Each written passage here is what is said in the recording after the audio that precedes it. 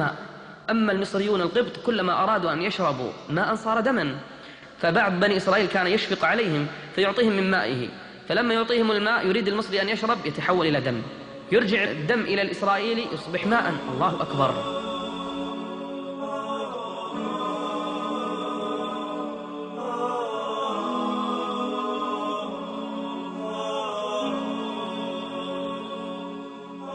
فلجأوا إلى موسى طالبين منه أن يدعو ربه ليرفع عنهم العذاب، ووعدوه إذا فعل ذلك أن يؤمنوا به ويصدقوه. دعا لهم لعلهم يؤمنون بالله، فرفع الله عنهم العذاب، لكنهم خانوا موسى وخانوا العهد، واستمروا يذيقون بني إسرائيل سوء العذاب. فأمر الله موسى عليه السلام أن يخرج ببني إسرائيل من مصر. ويخرج موسى يعلمنا أيضا اليقين والتوكل، يخرج فارا بدينه وبتوحيده هو ومن آمن معه من فرعون الذي يقول أنا ربكم الأعلى، ويقول أليس لي ملك مصر وهذه الأنهار تجري من تحتي. وقال الملأ من قوم فرعون أتذر موسى وقومه ليفسدوا في الأرض ويذرك وآلهتك؟ قال سنقتل أبناءهم ونستحيي نساءهم وإنا فوقهم قاهرون. قال موسى لقومه استعينوا بالله واصبروا إن الأرض لله يورثها من يشاء من عباده والعاقبة للمتقين. نحن نقص عليك أحسن القصص بما أوحينا إليك هذا القرآن وإن كنت من قبله لمن الغافلين. قصص الأنبياء قصص الأنبياء قصص الأنبياء قصص الأنبياء قصص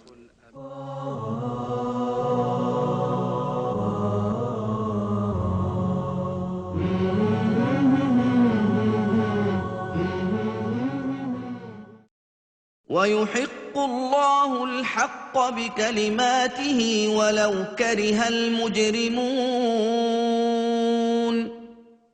فما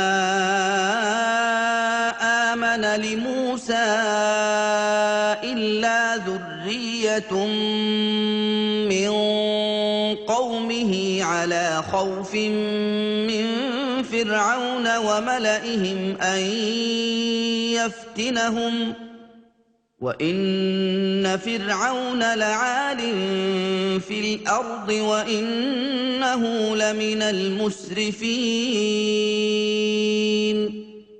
وقال موسى يا قوم إن كنتم آمنتم بالله فعليه توكلوا إن كنتم مسلمين. فقالوا على الله توكلنا ربنا لا تجعلنا فتنة للقوم الظالمين ونجنا برحمتك من القوم الكافرين. وأوحينا إلى موسى وأخيه أن تبوأ لقومكما بمصر بيوتا واجعلوا بيوتكم قبلة وأقيموا الصلاة وبشر المؤمنين. وقال موسى ربنا إنك آتيت فرعون وملأه زينة وأموالا في الحياة الدنيا ربنا ليضلوا عن سبيلك ربنا ليضلوا عن سبيلك ربنا اطمس على أموالهم واشدد على قلوبهم فلا يؤمنوا حتى يروا العذاب الأليم قال قد أجيبت دعوتكما فاستقيما ولا تتبعان سبيل الذين لا يعلمون. فتعقبهم فرعون وجنوده فاستولى الخوف على بني إسرائيل فأخرجناهم من جنات وعيون وكنوز ومقام كريم كذلك وأورثناها بني إسرائيل فأتبعوهم مشرقين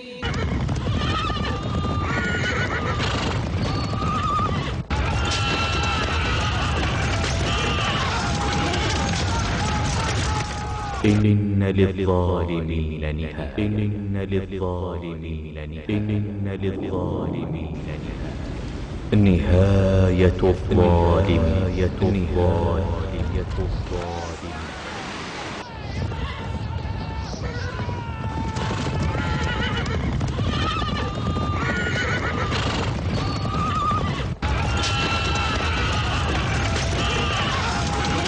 فلما وصل البحر والتفت موسى ومن معه فإذا فرعون قد قدم فقال من مع موسى عندما رأوا البحر أمامهم وفرعون من خلفهم قالوا إنا لمدركون. يا موسى أحيط بنا البحر من أمام الجند من خلفه الجواب إنا معي يا ربي سيهدين. ولكن المؤمن الذي تعلق قلبه بخالقه قال كلا، وهي عند أهل اللغة أداة ردع وزجر، أراد أن يزجرهم أن الله جل جلاله لا يترك أولياءه. ما ودعك ربك وما قلى، قالها الله لنبيه محمد عليه الصلاة والسلام، وقالها لموسى إن الله معنا إن الله معنا. فقال موسى كلا إن معي ربي سيهدين. فلما تراءى الجمعان قال أصحاب موسى إنا لمدركون قال كلا إن معي ربي سيهدين.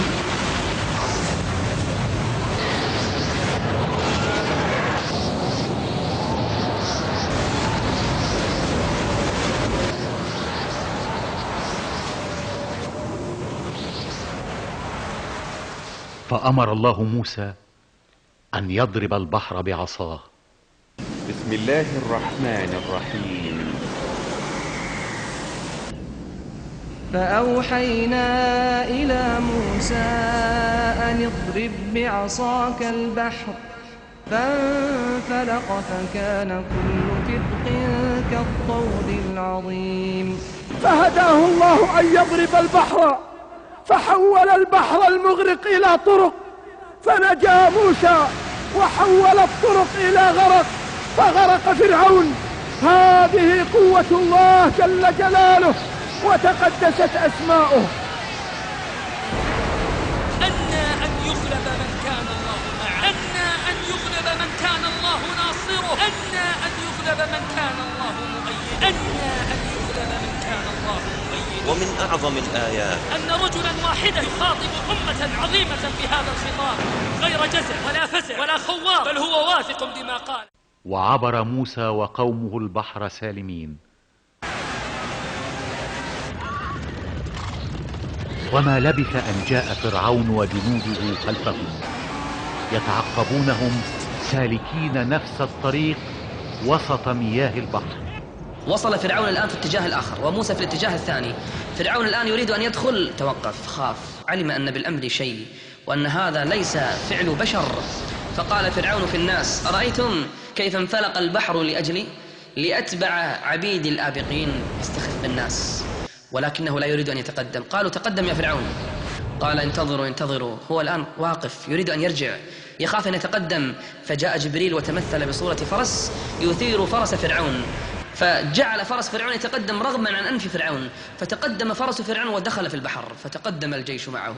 إن للظالمين نهاية، إن للظالمين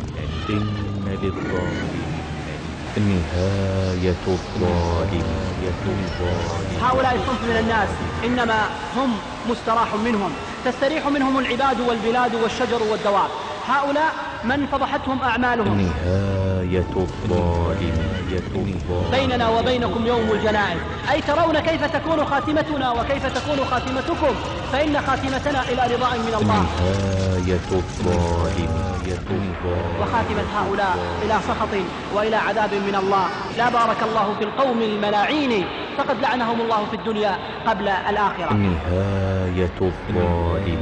وجاوزنا ببني إسرائيل البحر فأتبعهم فرعون وجنوده بغيا وعدوا حتى إذا أدركه الغرق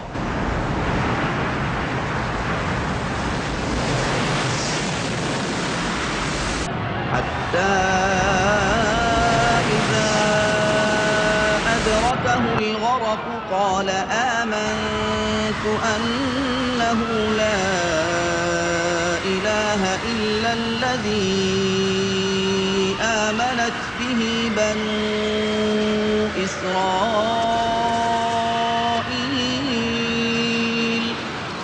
قال آمنت أنه لا إله إلا الذي آمنت به بنو إسرائيل وأنا من المسلمين.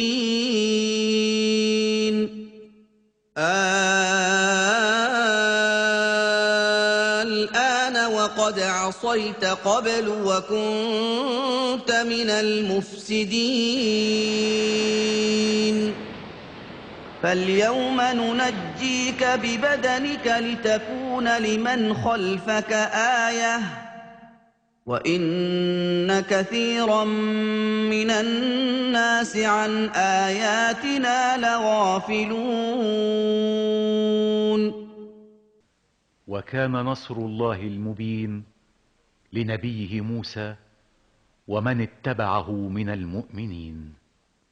فطويت صفحتهم وانتهوا. وانتبهوا، كل هذه الأحداث ربنا يقول بعدها وفي ختامها إنا كذلك نفعل بالمجرمين، يعني مثل ما سوينا فيهم ترى انتبهوا نفعل بكم وما هي من الظالمين ببعيد. يعني اللي سويناه بهؤلاء ترى ما هو بعيد من الظالمين أيا كانت الدولة، سواء كانت دولة الآن ولا دولة قديما. قال إنا كذلك نفعل بالمجرمين وما هي من الظالمين ببعيد. وأما فرعون اللعين الذي قال ما علمت لكم من إله غيري وقال أنا ربكم الأعلى، فإن الله تعالى أهلكه وأغرقه.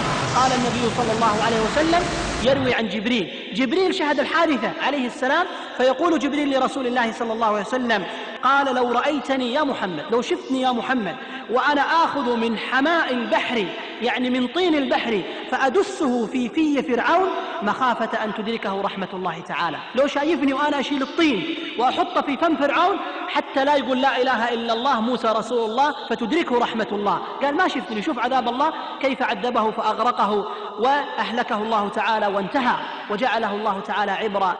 ولو ترى إذ الظالمون في غمرات الموت والملائكة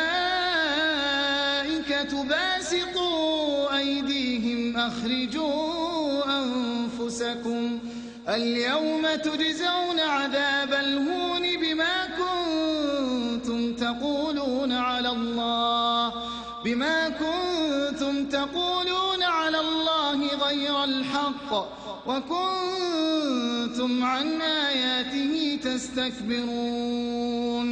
ولقد جئتمونا فرادا كما خلقناكم أول مرة وتركتم ما خولناكم وراء وما نرى معكم شفعاءكم الذين زعمتم أنهم فيكم شركاء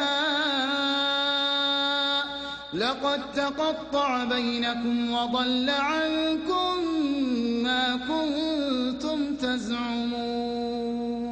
ربك إذا أخذ القرى وهي ظالمة إن أخذه أليم شديد، فأخذ الله تعالى مؤلم وأخذه شديد وبطشه عجيب، ولا يرد بأس الله تعالى عن الظالمين أحد، فإن الله تعالى يوم أن قبضهم لم ينجهم أحد ولم تساعدهم قوة ولم يسندهم أي إنسان، بل أخذهم الله تعالى فنادوا وصاحوا وولولوا ولكن ولا تحين مناص، ولم يستجب أحد لندائهم. وهذه أول الاستقبال، وهذه أول النكسة، وهذه أول الآخرة، وما سيأتي بعدها فإنه أعظم وأشد. قال الله تعالى: حتى إذا جاء أحدهم الموت قال رب ارجعون لعلي أعمل صالحا فيما تركت كلا إنها كلمة هو قائلها ومن ورائهم برزخ إلى يوم يبعثون. نهاية الظالم. وكل من اعتدى على العباد أو فرط في حقوق رب العباد فإنه سينادي بهذه الكلمة ويقول رب ارجعون، رجعني إلى هذه الدنيا، خلني أصلي، خلني أزكي، خلني أتسامح من الناس، خلني أودي حقوق العباد، أدخل المساجد مرة ثانية، أفتح صفحة جديدة معك. كلا إنها كلمة هو قائلها. قال الله تعالى: كلا إنها كلمة، هذا مجرد كلام ونداء منك، لن نستجيب لكلامك. كلا إنها كلمة أي